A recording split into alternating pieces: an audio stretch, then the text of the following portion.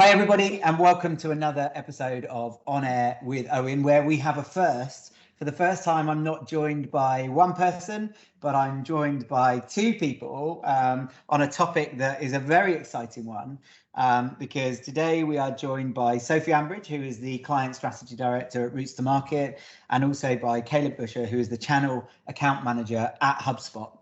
And HubSpot is the topic that we're going to be focused most on today. How do we make the most out of HubSpot, not just as a CRM, but also as a revenue growth business tool to help drive your business forwards right across the full spectrum of go-to-market and revenue growth. And I'm excited because we've got two people from two different views. Caleb, who works for the tool, the company that own the tool and will know all of the ins and outs of it, but also Sophie, who represents Roots2Market, Air's sister agency, who use the tool, are partners of HubSpot. And today we're going to get under the hood on HubSpot and really understand how it can help a business to grow and how to make the most of it. Guys, thank you for joining me. Sophie, how are you today? All right? Very good, thank you. Yeah. Good. Fantastic. Caleb, all good? Yeah, doing well. Yeah, appreciate it. Great. Well, thank you both for coming on. Before we go into the topic, Caleb, I'm going to come to you first. 2 minutes. Who's Caleb? What's your background? And what's your role at HubSpot? Yeah. So from the States originally, bounced around the Midwest. I've basically been in sales for the last decade. Started the traditional route, SDR, BDR, into an AE, into a sales manager over a team for a while, and then joined HubSpot about 2 years ago as the channel account manager. And essentially my role is working with partners like Roots2Market. I manage about 40 different agencies all around the United Kingdom and Ireland. So helping them get the most out of the tool, as well as helping their clients get the most out of it. Nice. Thank you. Sophie, do you want to do your quick rundown as well? Yeah, sure. So Sophie Ambridge, Client Strategy Director, and prior to joining Roots, I've had a bit of a mix of client marketing roles and agency roles, but mostly in the kind of B2B tech and SaaS space. And my role at Roots is very much working with our clients to build out the most sort of appropriate marketing strategies that really link back to the kind of business objectives. So that really links into growth and revenue objectives. And I work closely with Caleb and his team because we are HubSpot partners, and we use HubSpot internally for Roots. We advise clients obviously on using HubSpot, but we are agnostic as well, so we can work with any CRM platform. And then we use HubSpot actually for Air marketing, to do a lot of the marketing for Air and Owen and his team as well. So this is a really interesting conversation because in it you've got the technology provider, the implementer partner, and the customer. So we are going to see things from all angles. So really excited about this. So let's start. Caleb, I'll let you go first. For somebody that doesn't know, and I can't imagine there'll be anyone watching this that doesn't know, but let's assume there is. What's HubSpot? Yeah, HubSpot is a CRM platform company. When I say CRM, it really encompasses every aspect of the buyer's journey. So customer relationship in the truest sense of every interaction you have with your customer and how you manage that relationship. So this could be everything from marketing functions to sales functions to customer service functions, pretty much everything client facing from that perspective. Fantastic. Love that. So do you see it any different? Is it the same perspective on what HubSpot is? No, that's exactly what it is. As a tool, it's brilliant, and we're probably still only finding out, what it can offer, both from Roots perspective, but Air as well, and in how we offer it to our clients. But I think we also work really closely with Caleb on our own business development management. So again, that's part of the offer of HubSpot, is they work really closely with their partners to help them, I guess, sell it HubSpot. So as somebody who uses HubSpot daily for both your own agency growth and your customers and clients growth, why do you recommend HubSpot? What is it about HubSpot that makes it work for you and your clients? Good question. I mean, I've worked with a few CRM platforms over the time, and I think it is without doubt the most intuitive and user-friendly. And I think that goes a long way for a lot of smaller companies, SMEs, who don't necessarily have a dedicated team who can use it and know the ins and outs of CRM platforms, or are technically really very capable. They just want to be able to do something, use it really, really quickly and easily. And that is what HubSpot is about. And I use it myself for sales and marketing. So we market our own. So that's setting up sort of social social posts and things like that, as well as managing all of our sales sequences and outbound processes through HubSpot as well. So it is just super easy to use, and comes with all the functionalities, but you can add on bits as well. So it's not like you have to get all the package and pay, silly money for it. So this conversation won't all be about why you should use HubSpot, and I think it's important that we talk about the what. I don't want to sound too salesy. Yeah, absolutely. But I think it's great that we start there, because it's we're saying that today, right? Part of this message is that you need a CRM if you're going to do one. HubSpot is a darn good option for you. But if we step back to that first part of that sentence, we need a CRM. Caleb, I'm guessing in the first place, you and your partners must talk to people who don't have a CRM. Why do people need one in the first place? Why would you have a CRM in place? Yeah, it's a lot around operational efficiency for companies. So I tend to see companies fall into two buckets. You've got the early stage, right, seed funding type companies, head down, try and get through the next week, the next month. And they're all in the same room. They're all interacting with the customers. So it's very easy to kind of grow your business. You hit a certain point there where as you're adding headcount to your business, as your departments become more built out, they tend to get siloed off into different areas. So marketing is doing one thing, sales is doing something else, customer service something else, and you lose touch of that holistic customer kind of journey. So lines get crossed, people step on each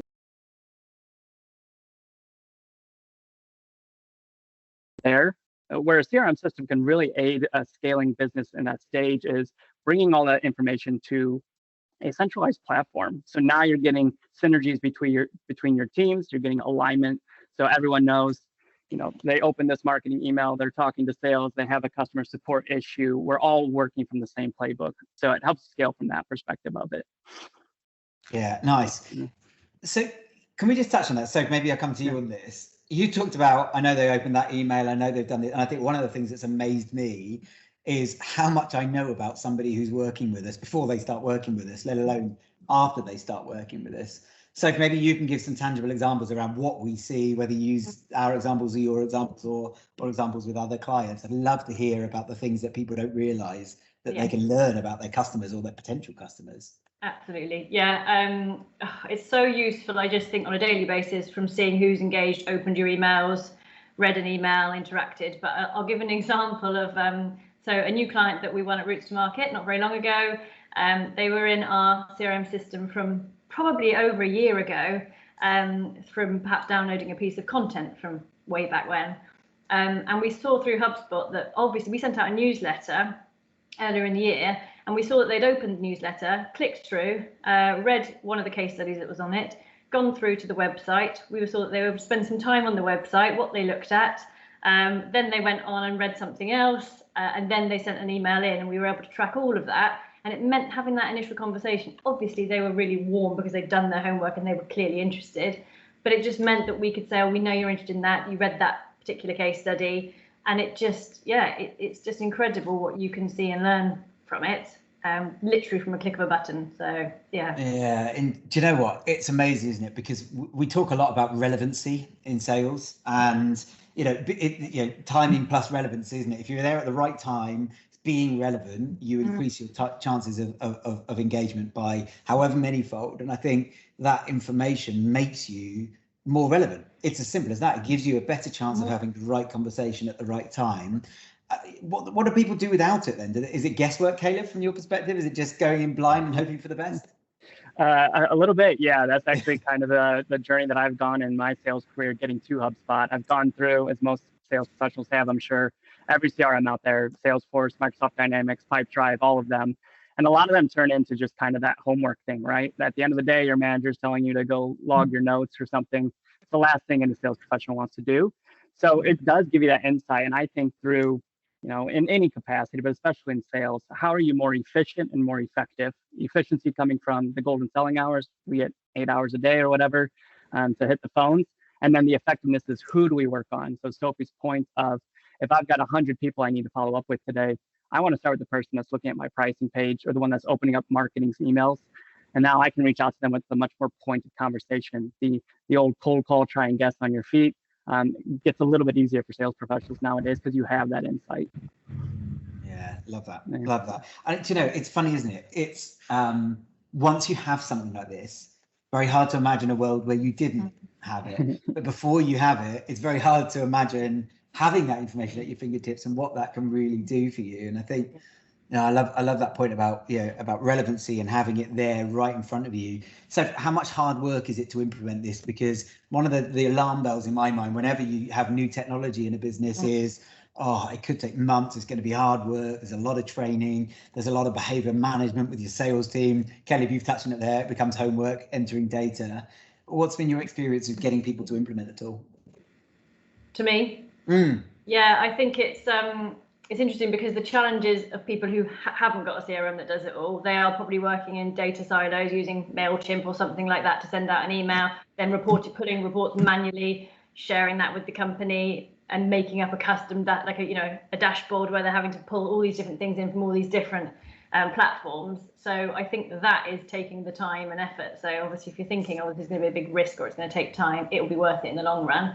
As I mentioned before, HubSpot is super easy to get up to speed with. I don't even think I did half the training before I was getting already stuck in and using it on a daily basis. And again, it just comes quite naturally. But they also provide obviously lots of support and guidance as well. And actually, it's another good thing. HubSpot's brilliant just for the free content that you get in terms of guides, advice, and things like that. So you don't even need to be using HubSpot, and you can get that. It's a little tip. There you go. But yeah, it's pretty straightforward. But yes, we always get the question of, I'm happy with what we've got. I don't want to disrupt the business. And naturally, these things do take time, take a bit of effort. You've got to work out what your sales sequence is going to be, what your market, how you're going to be using it for marketing. And in fact, even the first question up front is, what do you need it to do, or what the key kind of functionality is? Because you might just want the sales package or the marketing package or both. And you need to work out first, that piece, and look at everything else that you're using and work out if it can tick all those boxes for you. But it is straightforward and it's worth it, definitely. And it's a short-term kind of implementation fix for a long-term gain. So, and again, you get onboarding, whether that is through a partner like us or whether that is through Caleb and his team as well. So, there's all the help and advice needed. Okay, yeah. How do you want to add something? Go. Yeah, I was just gonna say, I add just a piece of that too. I completely agree. For me, it's around, because I talk with companies a lot. It's either they don't want to touch what they have in place, or this is a brand new thing for them. So one, the product piece of it, I think if you go out and look at any CRM platform out there, you've kind of got the one end of the spectrum, which are these big, massive beasts for the Coca-Colas of the world that are very intimidating, very difficult to implement. And then you've got the other end of the spectrum, which is almost glorified Excel spreadsheets. It's very basic, very easy to use, but it's not very powerful. It's not going to scale with your business. It's quickly going to run out of steam. So HubSpot's purposely taken that middle road approach where it's incredibly intuitive for users, because without adoption, we see failure. And it's also deeply powerful, able to scale with you. We eat our own dog food or drink our own champagne. I'm trying to come up with a phrase, but we use it here internally as well at a $1 billion company. So I think the product's huge for it. The partner side, like Roots2Market, that's why we do have the partners we do have. It's an easy software to get up and running, but partners know your business a little bit deeper. They can help you really fine tune your setup to match your business. And the last piece is on just value. You mentioned like educating people if they don't know what's even possible. What I've seen in my experience is it's a whole new world. So once that light bulb goes off, like, wait a second, you're telling me I can see when people visit the site and when they're opening this and that, adoption rate goes up once you start to see those quick wins. Yeah, thank you. Those are really good points. It's interesting. You touched on the sales and marketing piece, both of you there.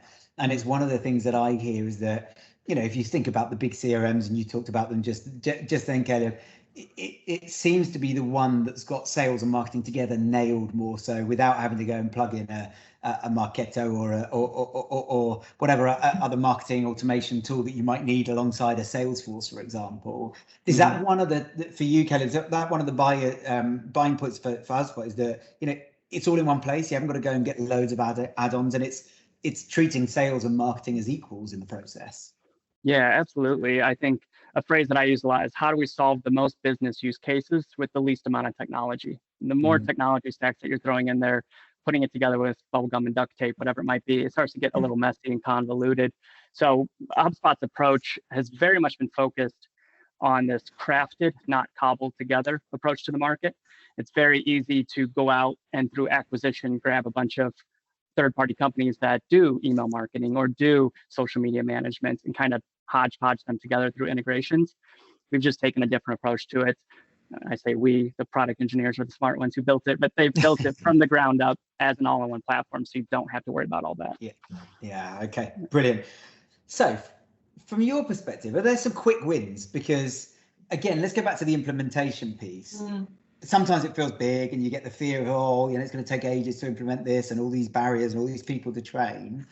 There must be some quick wins that you see time and time again when we implement or work with HubSpot, where you can really quickly switch something on and see X, Y, Z having an impact straight away. Are there some of those things that come to mind when I talk about that? Oh, loads of things. The first thing that you do is just put tracking in on your emails, so that again that just logs every time you send an email to a prospect and you're chasing, or you're sending or sharing a piece of collateral, it tracks it in the system, and therefore you don't have to go in and copy and paste. It's showing the full conversation. So if I'm then off on holiday for a week, my colleague can go in and see exactly where the conversation left off. That's super helpful. There's also things like sequences, snippets. So again, if your sales team are sending out the same types of email, messages following as part of the sort of sales outbound process, you can just quickly copy the things. So you don't have to copy and paste. That's the whole point. It's there. You can just add in these snippets and templates into your email communication. So it's just hugely time saving. And I know that sounds like you lose at the level of personalization, but you don't. You can obviously add that in manually as well. In terms of the social, obviously it works in terms of setting up posts and scheduling and things like that, which is great. Trying to think what else. Can I go back to the first one for a sec? Yeah. So I want to give a tangible example of where we've seen benefit from this is when you send a proposal and you're able to see when it's opened. Because there's nothing better than a time, and again, we talked about relevance and then we talked about timeliness. There's nothing better than a phone call happening just as I happen to be in that document again. And it's not always the first time it's open, but it's the second or third. So I know you're sat in front of your desk, you're reopening our proposal for the second time the day after we've spoken, or 2 days after we've spoken, and I just happen to phone you at that time when you were sat, when it's sat in front of you. Not only do I know you're sat there looking at it, so I've got a high chance of contact with you, but I also know that it's relevant to you right now. And that's been I think a really powerful way that I've seen the tool used. It's like in some ways a bit of a cheat to give to people, but it's not. That's just what the data and the tool is giving you. But what a great way to say, hey, is now a good time to talk? I want to just fire through any questions, or I can walk you through the proposal. Actually, it is a good time to talk. I've got a highly engaged prospect right there and then. Caleb, are there any things like any other little sort of, we'll call them cheats and hacks, but actually they're not cheats and hacks. They're just the way you can use the system well. Are there other things like that you see people use really effectively? Yeah, absolutely. And Sophie touched on a lot of them. I think it depends on the role that you're in. For myself, from a sales perspective, it goes back to what's going to make my life easier as a sales rep? How am I going to earn more money? How am I going to get done what I need to get done more effectively? So things like knowing when people are opening the email, things like the automation for sequences where I can prospect at 5 times the rate with less manual effort on my side. Once you start seeing these things that used to take a lot of time or were difficult to do, the employee experience gets better, and then we see the value come through and that light bulb goes off and the adoption goes up. So yeah, that's nice. That's really good to hear. So how many partners do you have, Caleb? What's the number of you said 40 for yourself, but how many do you have nationally? So for HubSpot as a whole, we have over 4,000 partners around the world right now. We've got roughly 400 in UKI, and then myself, I manage 40. So constantly growing. I think we're growing 30% year over year, adding to those partners.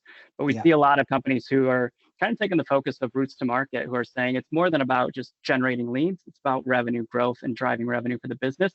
That's a holistic approach. So finding a tool to really execute the services or the how. I go with the Simon Sinek, if the why is the golden circle of revenue growth, how is the services through these partners, and the what is just the tools of HubSpot. Yeah, it's interesting because working with Roots2Market, the one thing I love is that it's not just a marketing company. It's not just a company that advises you on your marketing. They're involved across the wider business strategy, and that commercial advice it feeds into things like having the right tools in place. And I think that's interesting because when you talk about the partners, it's not just to sell a tool in. This is about giving strategic business advice that helps you to grow revenue. That might be marketing, that might be sales. As you say, we're implementing a sales and marketing tool, and it's technically our marketing agency doing that with us. But it's interesting to hear how those partners line up in the market. So working with HubSpot, what is it you like about working with HubSpot as a company? Caleb. Seriously, I'll pay you later. Thank you, Sophie. No, seriously though, on a serious note, we speak together once a week, and in that, it's literally just within half an hour, we get nuggets of like information, or he'll just put us on the spot and challenge us in terms of our sales process, our business growth plans. So we get advice from Caleb, we pass that on to the likes of you, Owen, as a client, and your strategy to other clients. So I think that is invaluable. It's not just the tool that we're using, it's the advice that comes with it. I think, again, just support whenever you've got a question, especially we'll speak to clients in so many different scenarios. So some of them are onboarding, never used it before, and they'll have a question, and we know most things, but we don't know everything. And they'll come up with something completely random that we'll think, oh, goodness, we need to get the team on this. And, you know, the response is super quick. And obviously they know inside out. So it's helpful technically. So I just, yeah. And then obviously we're seeing the benefits for Roots2Market for our clients. So I think it's just, yeah, a tool that ticks all the boxes really. So can we touch on reporting?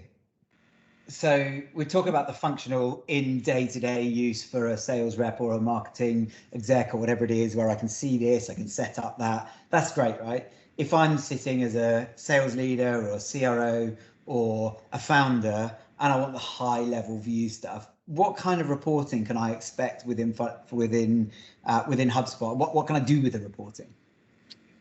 Yeah, I can jump on that one. So I think this comes back to the stage of the business where they're at. If you're very early stages, some kind of reporting needs to be provided to your investors. They want to know how many new clients are signing on, how much you're earning, all there.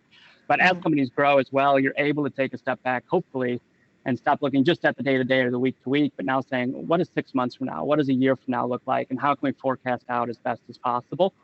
So again, getting rid of the manual side of, okay, let me go to each of my department heads. Let me go to all my sales reps, tell them to update their pipelines, whatever it might be, and cobble this picture together to present to the board or to the C-suite. Now all that lives in one spot. So whether it's marketing or sales or customer service, you've got all those interactions captured in one platform. So it becomes super easy to pull that information, but then you can start to set more effective goals. Like, here's where our benchmark is now. Here's where we want it to be. Are we on track? Are we not? Now it's very easy to tell that we can steer the ship in the direction it needs to go more effectively. There's a surprising amount of businesses out there I chat with that kind of driving blind a little bit. If you ask them questions around like whatever it might be, they just kind of struggle to come up with the answers because it's labor intensive. The data's not there, worst of all.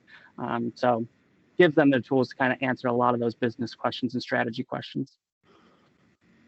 I'll throw that question back at you, Owen. Do you look at the dashboard, or is that someone else? I get my Monday morning email every week, which tells me everything I need to know about my business, and then I go home and I don't work the rest of the week. So it's great. Yeah, if only.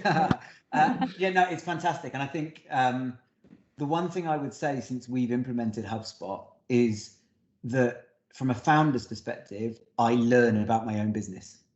And I think that's a really powerful thing, that there are assumptions that I've had in place for years about the business that have either been confirmed and there were only ever some educated assumptions, or have been completely torn up with data, with information. And suddenly I'm seeing things in the business that I just never knew before.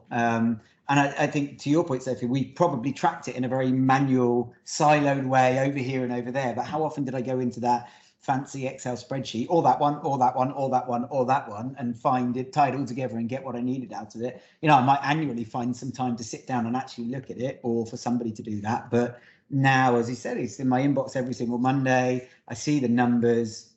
You've got the head of sales role looking at the detail and reporting up at board level, being able to see the general movement and momentum and trajectory of pipeline and close and average sales values and all those sorts of things. And I'm learning for the first time this year, setting our financial year budget, we were able to do less of that and more of, well, the average sales value is this, the average time to close is that.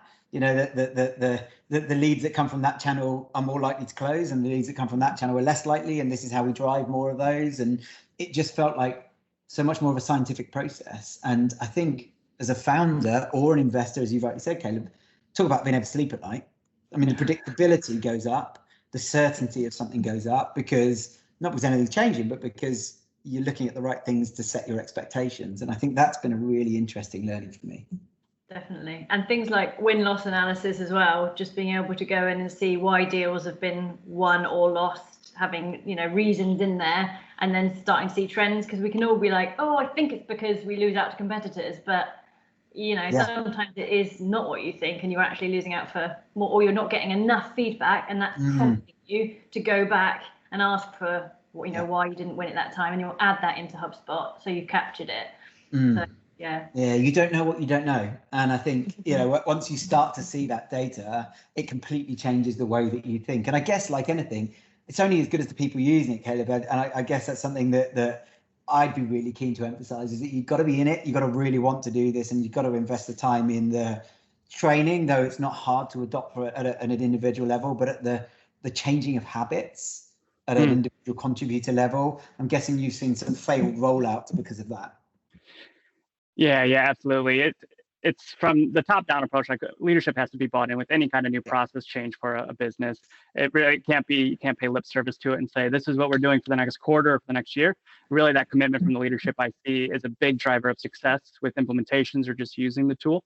But then also from the bottom up, those quick wins to revisit that. Like, I've managed sales reps twice my age. So like, getting that buy-in when they're very stubborn, especially, you may know, like, very successful sales reps don't really feel the need to change their ways. But if you can show them a quick win or two and how it's going to make their life easier and make their job better, it's just, you get that buy-in from the bottom up and the top down at the same time, which helps drive that.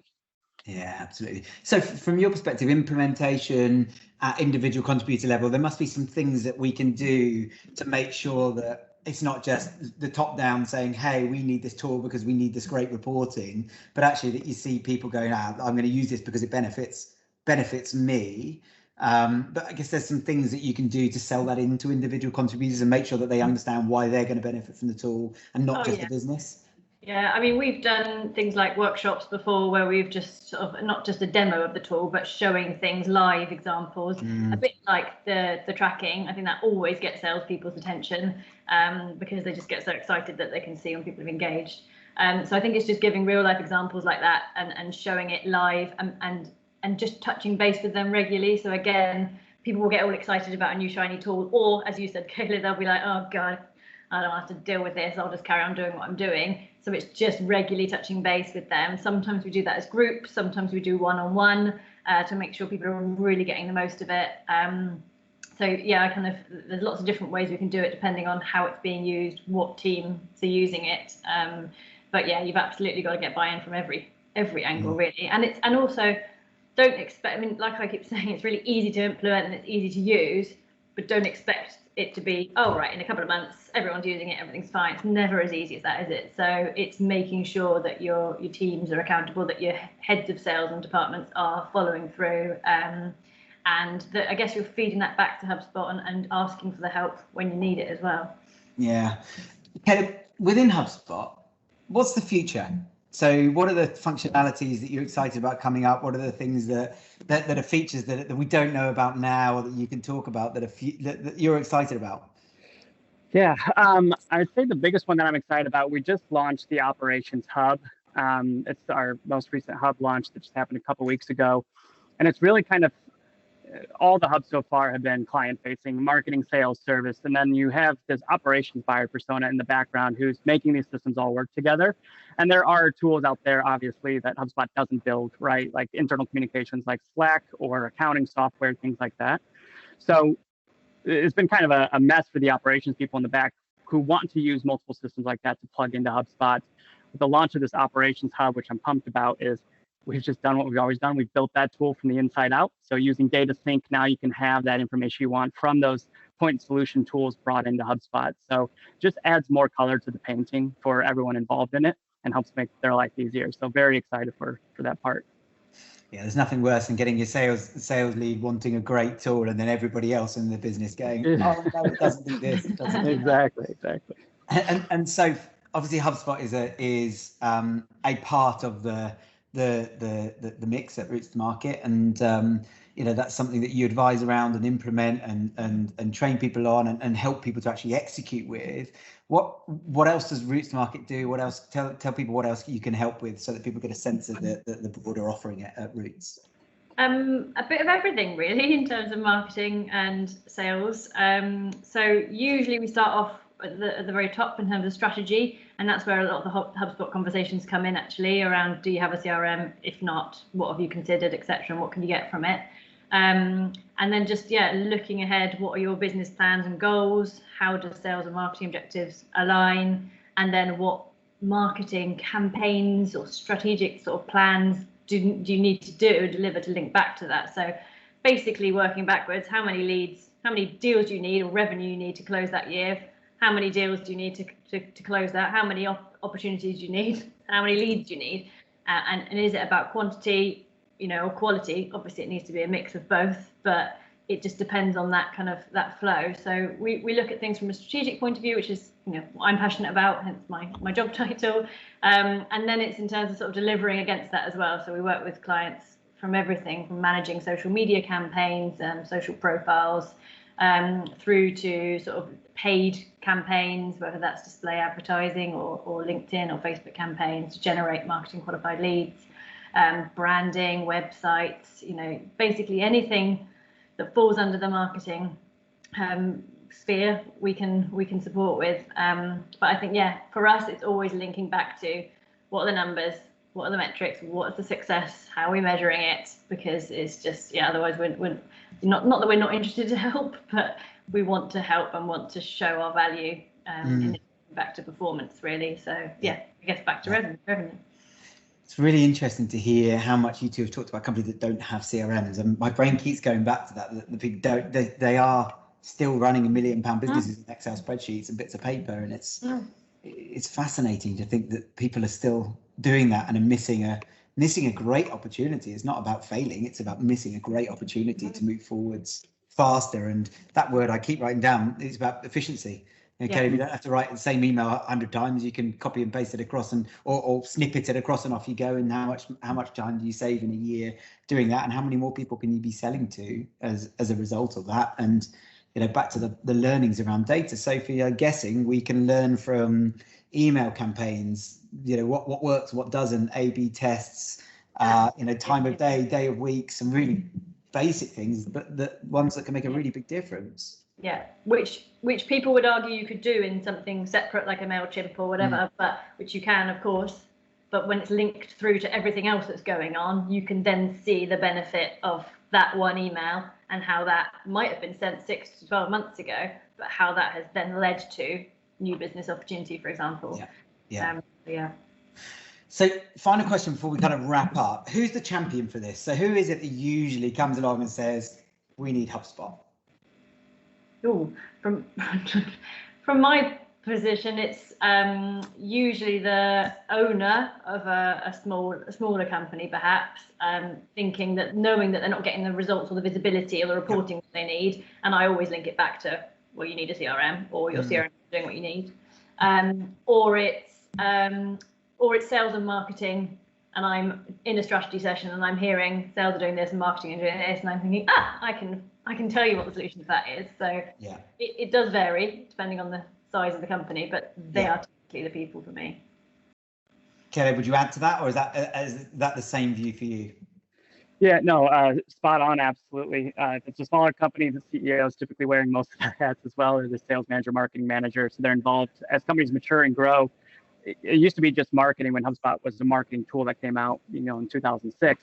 It's now evolved. We're engaging with personas from sales directors to heads of customer service, whatever it might be. An exciting new persona that we're seeing a bit more of is this revenue operations persona. So companies are seeing this concept of it's not sales and marketing, it's all just revenue. And how do we monitor that? And what's the operations that we go through to get that accomplished? So we're seeing more of this revenue operations, and HubSpot's very big on promoting people. Like, we want to promote their roles to it. So giving the data and insights to a marketing manager so they can be a CMO or a RevOps person is huge for us. So I agree with that. Totally agree. CRO over CSO, we're seeing it as well. We've got more and more people who are focused on SDR teams being led by marketing and all that sort of stuff, and the crossover is becoming more and more regular. And I think it's only a good thing for business. And it's really nice to see a tool that plays right in that space and was there before that was a thing, which gives you a lot of faith. Last chance. Anything else that you would say about HubSpot? Why is it so great? Why should I use it? What else can I do with it? Any other little anecdotes that might be valuable to somebody who's maybe not used HubSpot before? Go on, Caleb. Sure. So most of it's been said, but I think the biggest thing I've been thinking about in the last couple of months is just customer experience being the driver for revenue growth for businesses. Obviously, customer experience has always been important. Over the last year, that was greatly accelerated, as we all know. It's no longer digital ready, it's digital first, all the buzzwords that we've heard. But it really comes down to what is that customer experience that you're providing to your clients, to your customers, and giving yourself a tool in the background so it's a seamless and frictionless experience for them and your own employees. We want to make life as easy as possible for your internal employees as well as customers to potentially do business with you. So that's where I see the value in HubSpot. That's what gets me fired up, why I work for them. Really kind of came over for that message. Nice. Okay. And I would say from my point of view is, and I don't know whether I should be plugging this or not, but even in the free version of the HubSpot, you can get so much functionality. It's brilliant. It's a great place to start if you want to just test it out, if you're a bit risk adverse or you haven't got the funds available yet to take the jump. So yeah, check out the free HubSpot and we can talk you through that, or we can put you in touch with HubSpot. But that for one, yeah, and I just think everything else that we've said really on this, it is great. Can I just check in? I'm going to pretend like I don't know that this exists already. Wait, you give it away for free, Caleb? What's going on? Yeah. So there's the freemium model that's come out. It's pretty popular with some startup tech businesses, but really just for that, making it as simple as possible for companies to do business with their own clients, but also with HubSpot. So there's tons of functionality in the free CRM. I highly recommend, if you're coming from spreadsheets or bits of paper, like get something in place and start to build that tool out for you. And the free and starter stuff's a great way to do that. So what can I do, just really quickly? What can I do in the free version? What can't I do in the free version? Yep. So the free version is basically access to a CRM, a contact database. So you can start to put all your contact companies in there. You've got access to some free marketing tools like 2,000 marketing cents a month. You've got some landing pages. On the sales side, you can do simple sales functions like create your tasks, manage your deals through the pipeline. Nice. And the customer service side, you can do create some tickets, support tickets, and things like that. So. And then on the package side, which is really nice for marketing, is that it depends on the size of like the database that you want to communicate to, and it goes up, like Caleb said, it starts with 2,000 and it goes up in 5,000 increments, doesn't it, of contacts, which is really nice because there are some people that don't have a huge database and therefore don't want to pay the same as someone else who's marketing to hundreds of thousands of people. So again, I think their pricing model is really good, and it's good value for money in you picking what works for you, basically. I love that. I think that shows a real understanding of your market. And I know, naturally there's a sales element of giving something away for free, as there is in anybody who doesn't acknowledge that is kidding themselves. But also it's genuine. You can use that free version for as long as you like. And I love the fact that you can go in and use it, and it gives you a first-hand experience as to whether you like it, and you can embed it within your organization. But as you say, Caleb, if you're using spreadsheets, this is a step up without having to invest, and gets you moving in the right direction. And I think that shows a real understanding of your market and your customers. So I think it was well worth shouting about that. But if people want to go for the paid version, I expect you're going to say they should go and talk to Sophie and Roots2Market as your partner, and they can walk them through it. But how can they do that? Do you guys want to guide people to, if off the back of this they think, I need to go and talk about HubSpot, who should they talk to? That's all Roots2Market. I'll let Sophie take this. I think start with us, just because we can help understand what package would work for you. So I'll ask a load of questions and be able to guide and advise on that. And then obviously we can put you in touch with HubSpot directly for demos. We can provide demos, but we also do sort of onboarding as well. So HubSpot do great onboarding, but it is, it's a list that they go through. It's a certain amount of time that they can dedicate across each week. Whereas we can provide a much more tailored sort of onboarding service, which Caleb and his team, highly advocates. It's not that we're trying to steal business from them. It's good coming from a partner. So we'll look at it, much more personalised and hopefully a sort of shorter and quicker space of time as well. Yeah. So Caleb, you guys encourage the use of going through partners like Roots and feel that that's the right experience for your customers coming on board. Yeah, absolutely. Huge advocate of working with a partner. Again, they just give you that hands-on tailored experience. They understand your business. They understand the strategy behind what you're doing. They can help implement it fantastically. Amazing. Well, guys, that has been fantastic. I've learned some stuff, which is great. I didn't realize you could do. But I think, it's also emphasized the point of not only how important is a CRM, but the platform and the breadth of its capabilities and how it's used in real life circumstances, Sophie, with you and your clients and us. And I've really enjoyed talking about the tool today and what it can do as a revenue growth tool. So thank you to both of you very much for joining us. Pleasure. Thank you for having us. Thank you for having me. Appreciate it. Thanks, guys.